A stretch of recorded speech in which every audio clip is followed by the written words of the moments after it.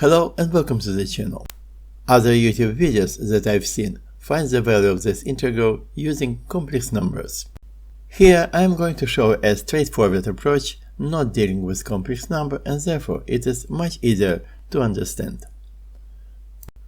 So we need to evaluate the integral of sine of logarithm of x over a logarithm of x in the interval from 0 to 1. And we do a straightforward substitution.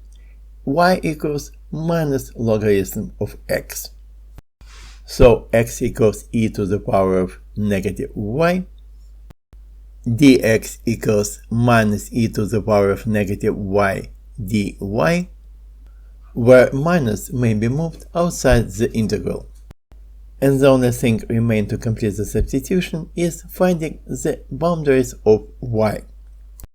So when x tends to 0, logarithm of x tends to negative infinity, but y is the negative logarithm of x, so it tends to plus infinity. When x tends to 1, logarithm of x tends to 0, and y tends to 0 as well. Now we perform the substitution.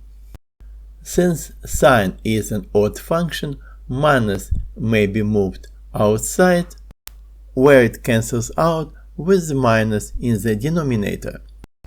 Also, we can drop minus before the integral by swapping the boundaries, and replace letter y with letter x.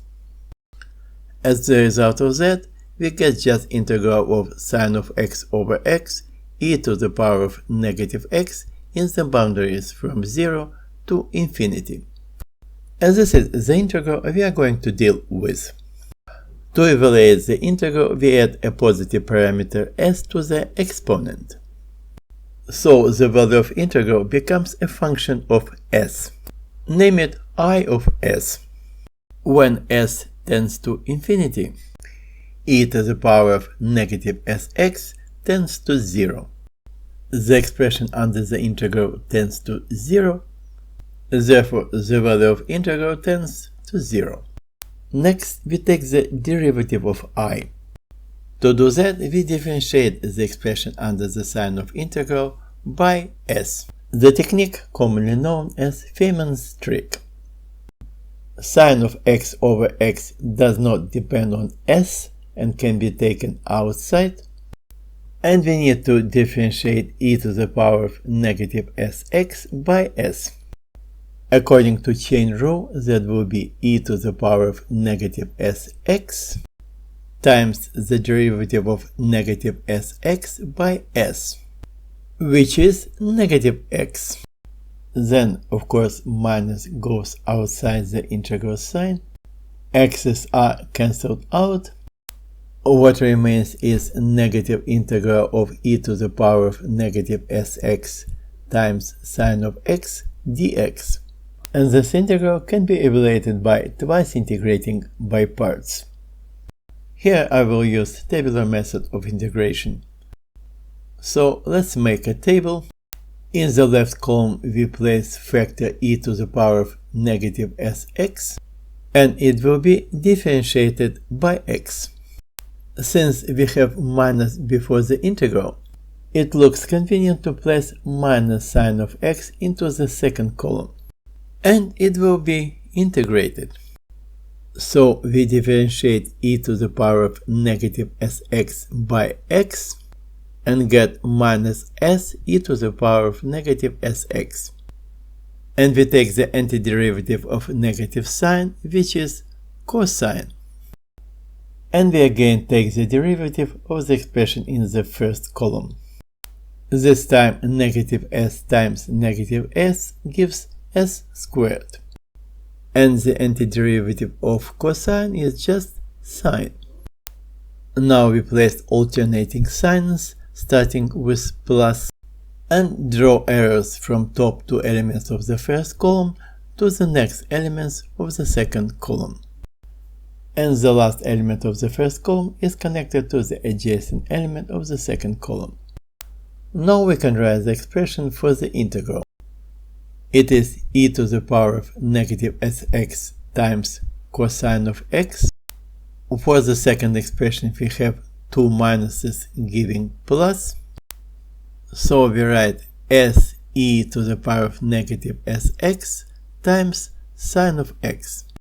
The pair corresponding to the horizontal arrow is written under the integral sign, where factor s squared is taken outside the integral.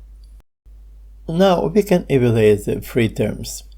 When x tends to infinity, e to the power of negative sx tends to 0, while cosine of x stays bounded by plus minus 1. Therefore, the whole expression tends to 0. When x is 0, both e to the power of negative sx and cosine of x are 1s. Therefore, the whole expression is 1 and we write it with minus as the lower boundary. The second free term at infinity is also 0. When x equals 0, e to the power of negative sx equals 1, but sine of x equals 0. Therefore, the whole expression is again 0. The last term involves an integral, which is identical copy of the integral we had before.